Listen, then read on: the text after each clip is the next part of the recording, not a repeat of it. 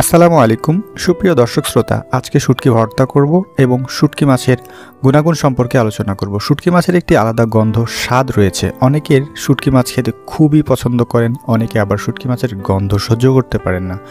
কারো কাছে শুটকি মাছের ভর্তা নানা রকমের পদ অত্যন্ত পছন্দনীয়। দর্শক, শুটকি ভর্তা করতে কোন উপাদান কী পরিমাণ লাগবে এবং এটা আমাদের শরীরে কিভাবে কাজ করবে চলুন জেনে আসা যাক। কাঁচামরিচ চোখ ভালো রাখে, ভিটামিন এ থাকায় এটি সব বয়সী ব্যক্তির দৃষ্টি ভালো রাখে, চোখ ব্যথা দূর করে, হজম শক্তি বাড়ায়। কাঁচামরিচ খেলে খাবার ভালো হজম হয়, ফুসফুস সুস্থ রাখে। প্রতিদিন কাঁচামরিচ খেয়ে ঠান্ডা কাশি এমনকি ফুসফুস ক্যান্সার প্রতিরোধ করাও সম্ভব। রসুন এর অ্যান্টিঅক্সিডেন্ট এবং অ্যান্টি ইনফ্লামেটরি বিশিষ্ট বাতের ব্যথায় দারুণ উপশম দেয়। রসুন আপনার ডায়েটে অংশ করে বাতের ব্যথায় উপশম পেতে পারেন। রোগ প্রতিরোধ ক্ষমতা বাড়ায়। রসুন একটি অনন্য ঔষধ। এতে উপস্থিত ভিটামিন সি, বি6 এবং অন্যান্য মিনারেল রোগ প্রতিরোধ ক্ষমতা বাড়াতে সাহায্য করে। পেঁয়াজ কাঁচা পেঁয়াজ খেলে আমাদের হাড় শক্ত হয়, কেননা পেঁয়াজের মধ্যে আছে ভিটামিন, মিনারেল, ফাইবার যা ইমিউনিটি বাড়ায় এবং হাড় শক্ত করে। পেঁয়াজের মধ্যে আছে ভিটামিন সি যা শক্তিশালী অ্যান্টিঅক্সিডেন্ট হিসেবে কাজ করে, যা পেশি গঠনে সাহায্য করে। আলু ভিটামিন সি এবং বি কমপ্লেক্সের পাশাপাশি আলুতে পটাশিয়াম, ম্যাগনেসিয়াম, ফসফরাস এবং জিঙ্কের মতো খনিজ উপাদান পাওয়া যায়।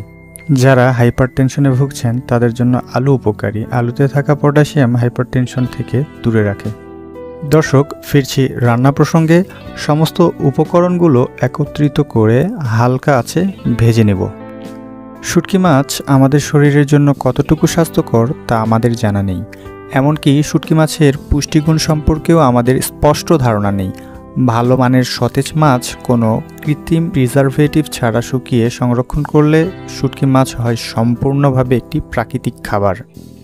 শুটকি মাছে যেসব পুষ্টি উপাদান থাকে, protein, antioxidant, sodium, potassium, phosphorus, vitamin বি12, সেলেনিয়াম, নায়াসিন ইত্যাদি।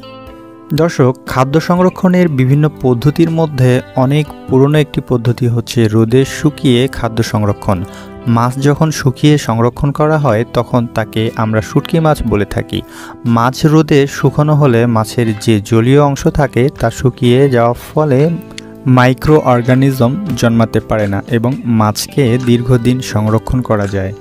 আমি ভর্তাটি ব্লেন্ডারের মাধ্যমে করেছি, আপনারা চাইলে পাটাই বা পিষনিতে পিষেও ভর্তা করতে পারেন। এমন সুস্বাদু খাবার তৈরি করতে এবং এর গুণাগুণ সম্পর্কে জানতে বগুড়া রান্নাঘর সাবস্ক্রাইব করুন। বগুড়া রান্নাঘরের পাশে থাকুন। ধন্যবাদ।